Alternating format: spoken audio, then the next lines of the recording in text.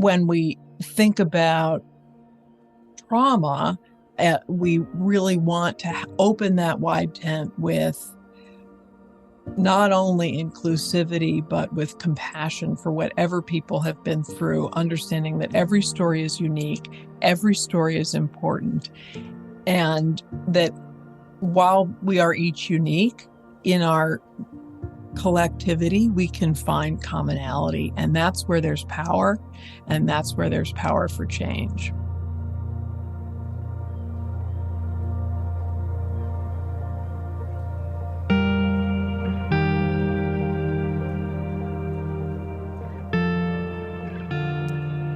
Hi there, and welcome to the Mission Forward podcast, where each week we bring you a thought-provoking and perspective-shifting conversation on the power of communications.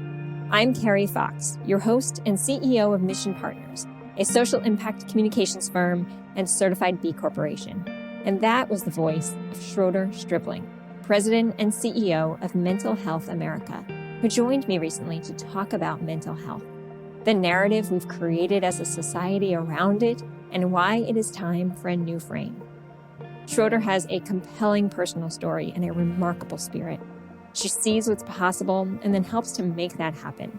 And when it comes to reducing barriers, increasing access, and educating the masses on mental health issues, I can't think of anyone more inspiring than Schroeder.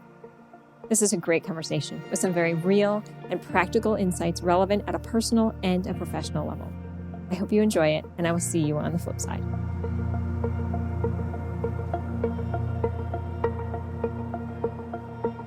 I cannot think of any better way to spend the next little bit of my day than with you, my dear friend.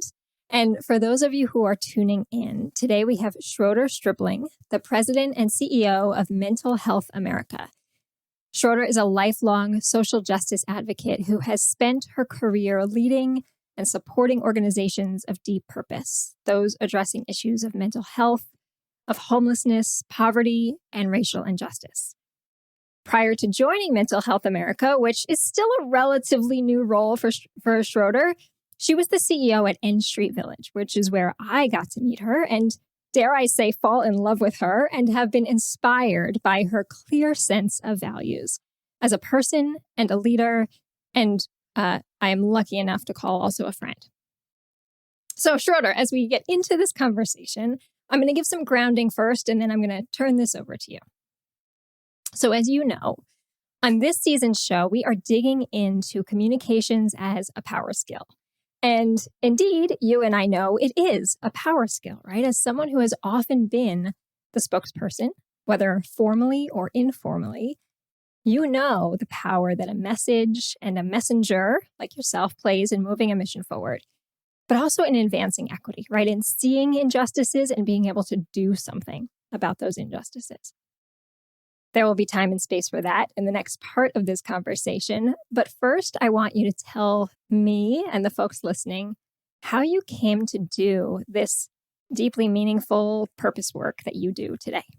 Well, first of all, Carrie, thank you for the introduction to be on this podcast with you. And thank you for your lifelong friendship. I can't help myself but start by saying that I, too, can't imagine a nicer way to spend the afternoon than with you in conversation. And you have been an inspiration to me. And as a younger person doing purpose-driven work, you've also been a reminder to me to listen to the future. And I'm really just grateful for our friendship and to know you.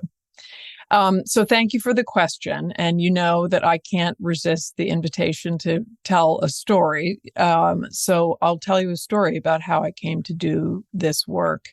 And the first little thing I want to tell you is really the punchline. So if you'll indulge me, I'll go farther than that in the story. Mm-hmm. So the punchline is when a story about when I was a troubled teenager, I was spending an afternoon complaining, I'm sure in very good teenage fashion, to a science teacher who is a mentor of mine.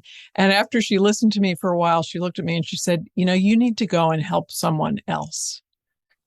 Oh. And after that, I went to volunteer for Special Olympics. And my job was to be a volunteer hugger, which meant that you stood at the end of these tracks or other events that the athletes were coming off of with your arms open, and they just ran into your arms and hugged each other.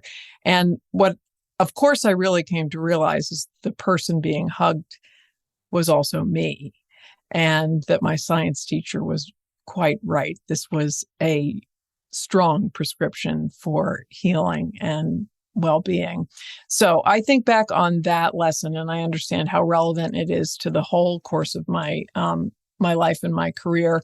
And I came into my career pathway in a direct line from my own painful experiences, not unlike many other people. A bit of deeper background. I had family experiences that were painful. I had a strained relationship with my biological father, who himself struggled with depression and substance use issues. And he and my mother had divorced when I was quite young, and he came out of the closet, as we used to say, to live in his authentic truth as a gay man. He was a Methodist minister from a very evangelical family, a long line of preachers. And even as he was able to claim his own truth, he was really racked with shame and guilt, which compounded and exacerbated all of those struggles. So his circumstances and suffering were hard to witness. And he had painful episodes, including going to jail and attempting suicide. And ultimately, he became homeless and died of AIDS at the very young age of 48. And we were close in his final years. And I did my 20-year-old best to take care of him as he was dying. And I know now that there was trauma in all of this for me too. And if we think of trauma as anything that overwhelms our age-appropriate ability to absorb the emotional shock of an event, there was plenty of that for me. And add to the plot that as a teenager, I was just becoming aware of my own queer identity as well. So I can look back and trace my own struggles with trauma and anxiety to these circumstances. And I have struggled with anxiety throughout my life. I remember vividly the first time I ever had a panic attack when I was 15 and standing in my father's apartment. And it was a very frightening moment. And ever since then, anxiety in different shapes and sizes has been a part of my life, sometimes causing a whirlwind of pain and many times staying in abeyance. And I'm very fortunate to have a loving family, and I've always had access to the help and resources that I've needed that have enabled me to live in my own recovery. So I think of this purpose work path that I found has really been all about following that punchline, following the advice of my science teacher. I first got active in the AIDS movement in the 1980s, and activism was a balm for many of us for the anger and sorrow that we were living through at that time. And then I went into social work, first working in inpatient psychiatry in an old, now closed state hospital in Massachusetts, and then ultimately moving into leadership in social missions. And being of service has been a great driver of healing in my own life. And importantly, over the years, I too have been moved and educated and changed by the stories of others, and have felt commonality with them and have related to them in some way. And so I think my communication and leadership impulse has been to turn that into a sharing of a sense of commonality, so that we can move together in shared purpose and in shared motivation for social progress and social healing. So that's how I came to be here. So, not having ever heard the story of your science teacher and your volunteer position to hug at the finish line, so much more makes sense, Schroeder, about how I think about you in an arms wide open kind of approach to really hard problems. and that the empathy you bring to your work is both informed by so much of the experiences of your own life, but also truly this ability to see someone coming towards that finish line and perhaps they're struggling along the way, or perhaps they're just, they're ready to be met and welcomed. And I still remember you saying at N Street Village that N Street Village is really good at welcome, right? Really good at hospitality. Yeah. And that is you, right? That is so deeply you. I hope that we can touch on one thing that wasn't in the prompts I gave you to think about, but is really informed by what you said to me on trauma and the role that trauma has played in your life, but your work. We have just started at Mission Partners to explore what it looks like to have a trauma-informed approach to formalizing that and actualizing that as we think about communications, right? So as you get into how you think about your own work as a communicator and even thinking about the deep education that you've had hasn't been communication specifically, but it certainly, seems to translate into how you show up as an effective communicator. So, I'm curious how you've leaned on communications and how you've pulled in some of those elements of trauma-informed approach to help move some of these complicated messages forward that you have over the years. Well, that's you're raising an interesting question about focusing on trauma. And one of the things that I'm really curious about these days is our collective understanding of trauma and our collective definition, if you will, of lived experience. I really have come to believe that trauma is a very pervasive fact of life for most people. If you take my definition that it's anything that overwhelms your age-appropriate ability to absorb a shock, which one of us hasn't had some experience like that to some degree? Some obviously much more significant than others. But it's fairly universal, and especially in this moment of collective crisis recovery that we're in, and when there's been so much trauma and so much grief and so many people in pain and so much lived experience, I'm really interested in opening a wide tent for people to enter this understanding of lived experience, that they're back to your point, that their story is welcome here, that your lived experience is welcome here. And when we think about trauma, we really want to open that wide tent with not only inclusivity, but with compassion for whatever people have been through, understanding that every story is unique, every story is important, and that while we are each unique in our collectivity, we can find commonality, and that's where there's power, and that's where there's power for change. Yeah. And that's also, I think, where there's power for action, right? That if someone is hearing a message that feels disconnected or inauthentic, it's not likely that that person is going to be moved to take an action. Whereas if you as the leader or I as the leader start by saying, some days are really hard for me. And now I'm speaking from my personal experience, right? Some days I feel so overwhelmed that I don't know where I'm going to go next. And normalizing that, making that an open source of conversation in our business or in our work, how that actually then allows the work to happen at a deeper level, because we start to see that we all are just doing our best to show up with whatever we bring with us into that day. But that there is a difference, certainly, in I think how we communicate today versus how we communicated just a few short years ago, of what is acceptable, allowable, whatever the words you want to say, appropriate in a workplace, that starting where you are sometimes is the best place to start. But being clear as a communicator in setting that tone feels really important in these days. Very important. And I think you touched on something that has always been true, but perhaps is being highlighted by the moment we're in, which is that leadership requires us to show up with authenticity, openness, and vulnerability. And we're in a changing world, which I actually think is both the bad news and the good news. And I have hope for where we'll go with this changing world.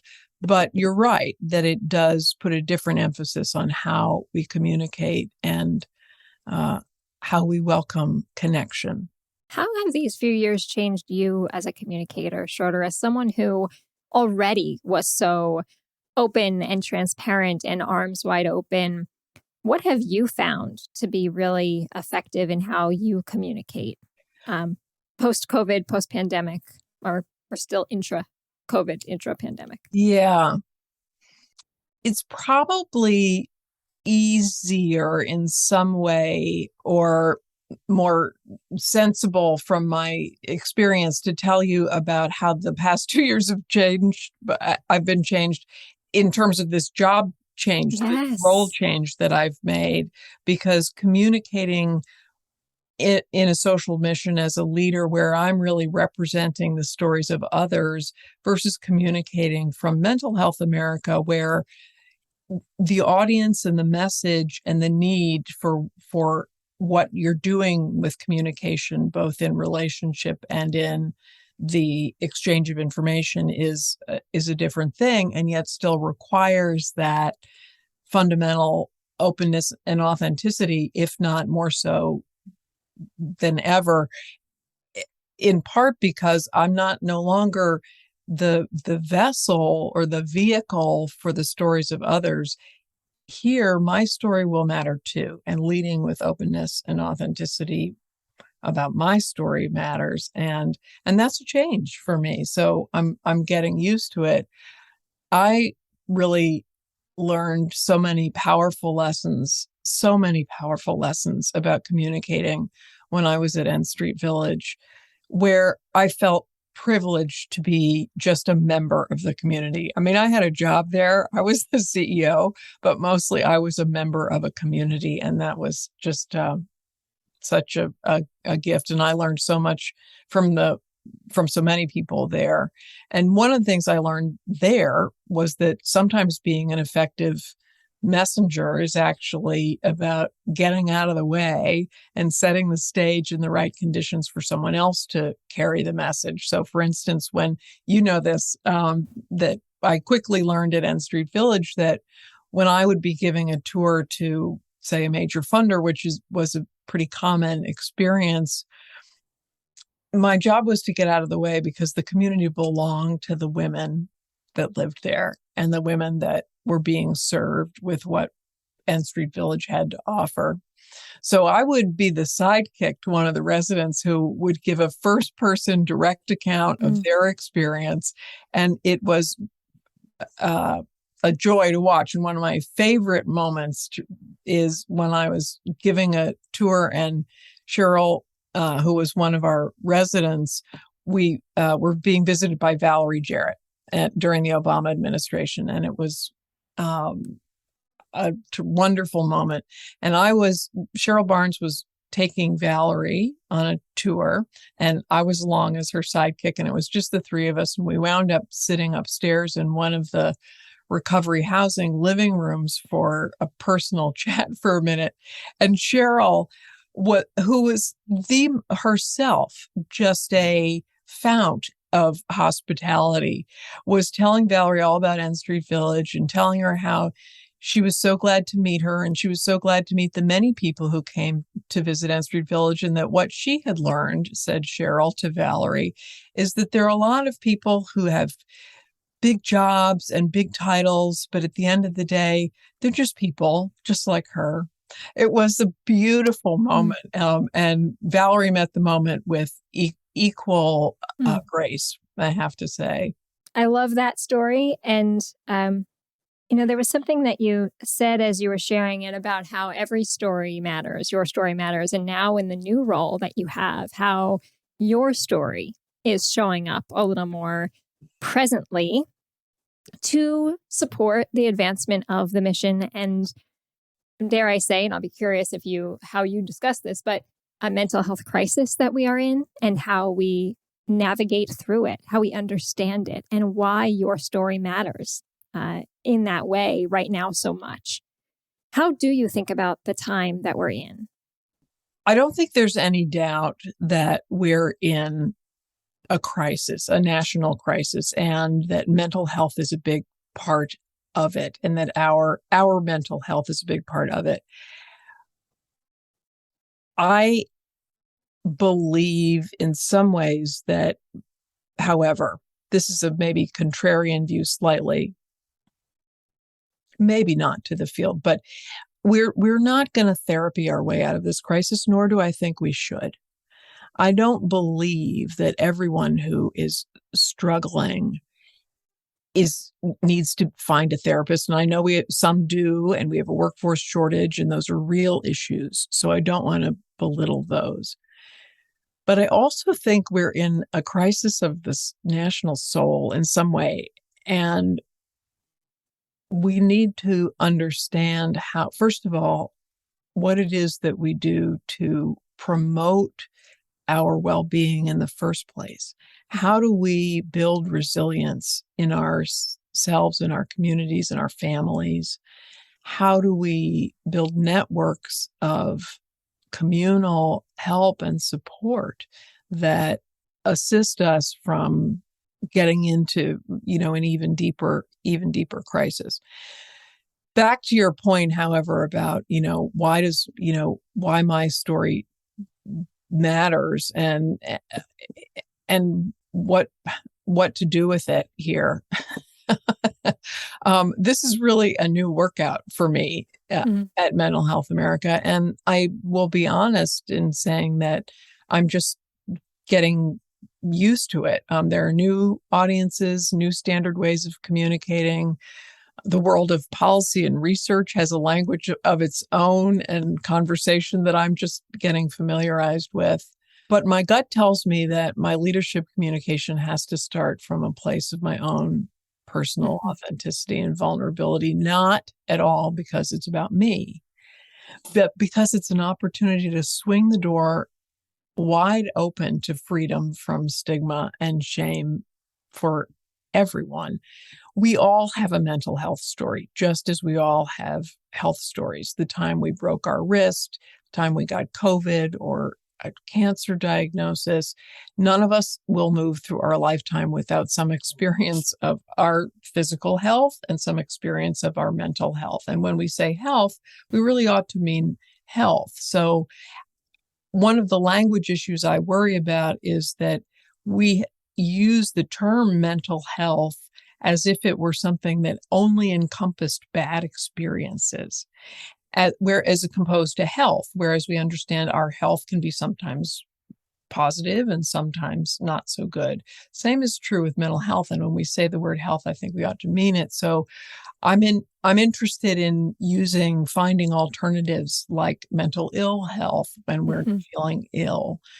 I appreciate that a lot because I'm thinking back to some work I did a few years ago with a group called the Youth Mental Health Network. And they talked about how we all have physical health, just as we all have mental health. And just as you need to exercise your body, you need to exercise your mind to keep those things strong and healthy. But what I'm realizing now, reflecting on that work and listening to you, is that there wasn't an understanding for how you talk about mental health when it's not healthy, when it's not strong.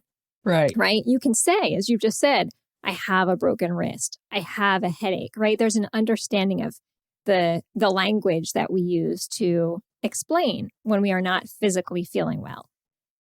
But is there a limitation or a gap in how we presently talk about when we are experiencing mental ill health? And I love that phrase that you've just used. Yeah. I think you've just named it. I think that's absolutely true, that we need to, if we are going to really integrate our concepts here, if we're going to believe that mental health is health, which is true, then we need to meld this idea that when we say the word health, that's what we're talking about. And so when we're ill physically, when we're ill mentally, that's different than when we're mentally healthy, or when we're physically healthy, or we're feeling mentally strong or mentally fit, or physically strong or physically fit.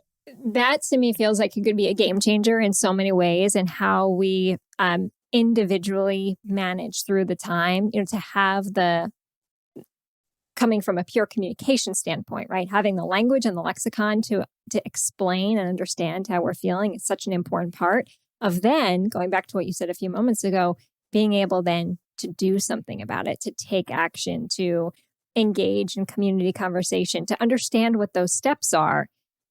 It's one step to remove or reduce stigma. It's another step to understand what's next. Yes, I think that's really true. I also think that if we made the collective cognitive shift to really understanding that mental health is health, that it would become obvious that we need to take a public health approach, just as we do with physical health, that we need to focus on prevention, that just as we have made such strides to the point where kids know to eat their fruits and veggies, or other preventive health measures that have been positive. What are the parallels for mental health? What are the public health measures that we would also take? What is it that we want to know? What are the skills for success in interpersonal relationships and emotional self-regulation that we want to promote to grow healthy individuals? I think it would be obvious to us that we needed to think in those public health ways. I'd be remiss if I don't say that Mission Partners is a Mental Health America Bell Seal winner for our commitment to mental health. And as I listen to you and reflect back on what that process was like for us as a company to go through that process, how much of the framework that Mental Health America has created to support organizations like mine, but also individuals, in developing a practice around mental health, right? Having some of that structure and framework and questions that we can ask. How are we, if any business listening right now, any business owner or leader is saying that they have a commitment to mental health, what is that actually looking like in the workplace, right? So all of the different ways that individuals and organizations can support this collective shift, right? It requires all of us to play a role in getting there. Right. And first of all, I would be remiss in not congratulating Mission Partners for being a Bell Seal awardee. I was really thrilled about that. I'm so glad you're doing that. And I'm so glad for the many businesses that have come on board to seek the Bell Seal award and to commit to mentally healthy workplaces. I mean, this is one way that we reach people, first of all, at population scale, right? If we're working through the workforce where so many people are touched, where we spend so much of our time and our days, and where our relationships are so important. So to have organizations and companies taking this seriously and taking this on and understanding what it means to be a mentally healthy workplace, whether that's anything from visual cues in the environment that signal that, how we used to have the visual cues for, this is a welcoming space for LGBTQ, whatever it is that we do with the environment to our conversations.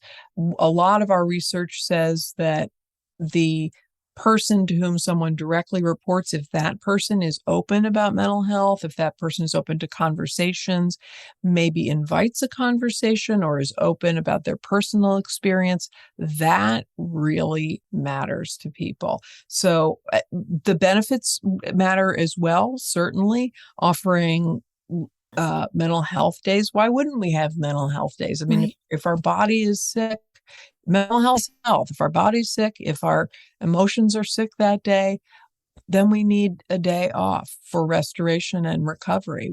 That's important in the way that we support ourselves in our workplace. To to policy issues. The policy issues on our end for the workforce, they're operational issues, like making sure that your your insurance is actually working for people who are seeking mental health services. You're buying insurance for a lot of people. Is that network adequate? Are there enough therapists on the rolls? Are your employees who seek mental health care through the package that you're purchasing able to get the services they need in a timely fashion? All of that stuff really matters. And I am inspired to see how many workplaces are really, really taking this on. Well, I think as we come to the end already, I've got one more question for you, but I do want to go back to where we started first, which is, we talked about that great story you shared about your arms wide open, giving hugs, and then moved into you talking about how important your story is in this moment now as the leader of Mental Health America. And that really feels like an important point to hold on to, in that addressing issues of mental health and mental illness really do require the top of an organization to play a role in making that change, right? There are certain issues and movements that really have been ground up, right? From grassroots up to grass tops. But this one really requires the leader of the organization to set the tone, to open arms wide open for how we think about setting up a workplace and supporting individuals in their physical and mental well-being. And certainly you being now at the helm of Mental Health America gives us a lot to look forward to for what is possible in this big tent that you previewed at the top, how we can all be in that big tent with you in this vision for what the future can look like. No, I was just going to just really relate to that and say that Mental Health America was founded by a leader with lived experience in 1909, a man named Clifford Beers, who had been in an old psychiatric state hospital and suffered all of the inhumane treatment that one would in 1909, and then found a strong recovery for himself and found a purpose and passion around the issue of deinstitutionalization. And that is our origin story. So we have been led by lived experience from the beginning at Mental Health America, and it continues to be something that we think is enormously important. Again, not because it's about the leader, but because it's about opening the tent. We all have mental health. We all have lived experience. And that's the other piece I will really take away from you today, that everyone's lived experience matters. Yes, indeed. Parting thoughts, Schroeder, what has you feeling hopeful about the future? Well, I think I was hinting at it just a moment ago, which is that in this time, and I want to go back and say to your question that I don't think I was emphatic enough in saying that we are in a crisis, and our mental well-being is an issue, is a part of that crisis. We are not in a mentally healthy place collectively. I know it's different for everyone, but collectively, we are in need of recovery from crisis. But the crisis is big, right? Of the last couple of years. It's not just the pandemic, civil uprisings, mass shootings, a new reckoning with racial justice. The deaths of despair have skyrocketed. A lot is changing. There's seismic change in our world. And I think that is both the bad news and the good news. I think it's an enormously painful time, but if we navigate through it well, which will require us to find those points of connections and relatability and connectivity, another reason to open the tent and open ourselves to one another. If we navigate well, stigma will lessen, as is happening.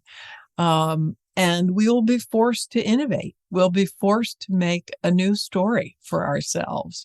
And I think that is the good news. And back to my point about watching you as a young person and what you've been able to do for purpose and social good in the world, and watching my children, it is a reminder to look to the young people and look to the future for new ideas and be willing to follow them, be ready to follow them. Yeah.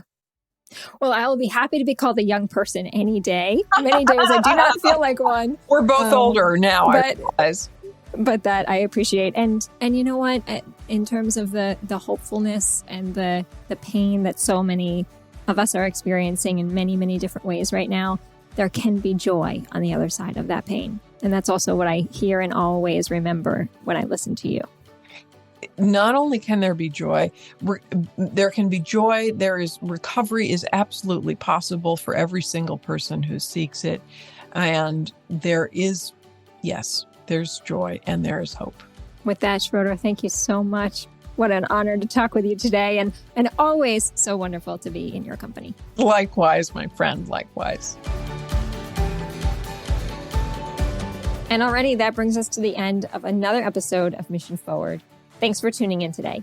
If you are stewing on what we discussed here today, or if you heard something that's going to stick with you, drop me a line at carrie@mission.partners and let me know what's got you thinking.